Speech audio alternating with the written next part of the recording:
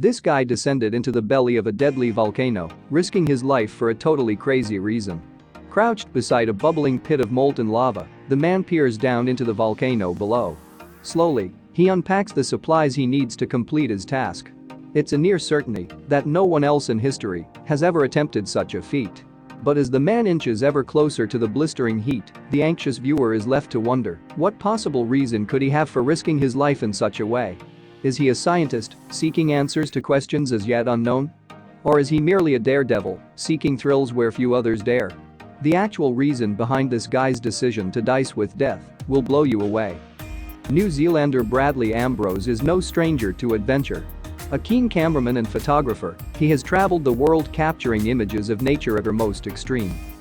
Often his subjects are natural disasters such as flooding, tornadoes, hurricanes and typhoons.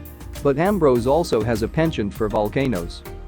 For lovers of these unpredictable yet beautiful landscapes, Ambrose Island in the Vanuatu archipelago, more than 1,000 miles east of Australia, is the ultimate destination.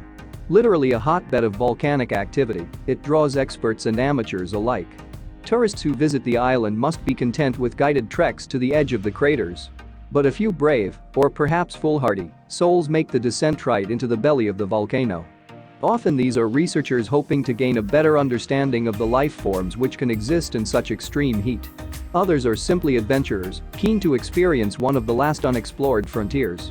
Ambrose, however, had an entirely different reason to venture so dangerously close to the volcano's edge. While he was preparing for his trip, his girlfriend made a suggestion.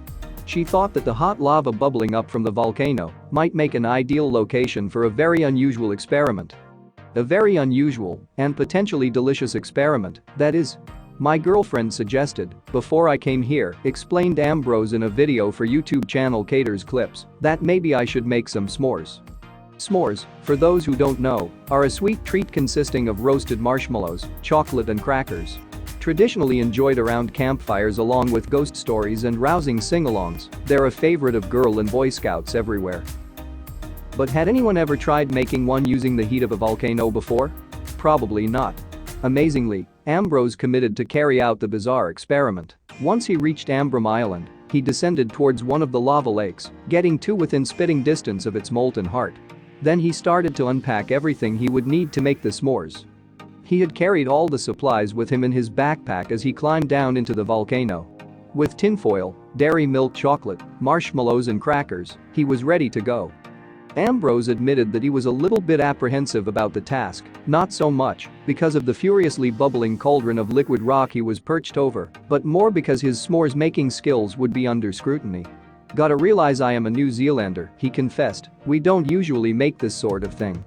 Carefully, Ambrose arranged the ingredients.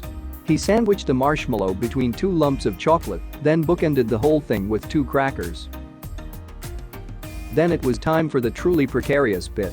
Wrapping his creation up in tinfoil, he crept as close as he dared to the volcano's edge.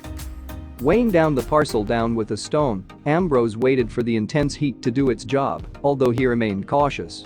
"If I get this wrong," he joked to the camera, "please don't get too upset." As he retrieved the s'more from its perch on a rock directly above the bubbling lava, there was a heart-stopping moment. On his way back up the slope he slipped and nearly fell, almost certainly becoming the first ever person to have been vaporized while making a s'more, although he shrugged it off with a characteristically nonchalant laugh. And just how did what was probably one of history's most life-threatening snacks turn out? "The chocolate melted," noted Ambrose, "although the marshmallow might have been a little bit too large. But I don't think it's too bad for my first s'more."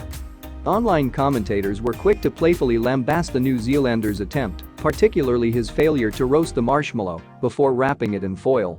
But whatever points he loses for technique, he must surely make up for through sheer chutzpah in the face of such an insanely dangerous task.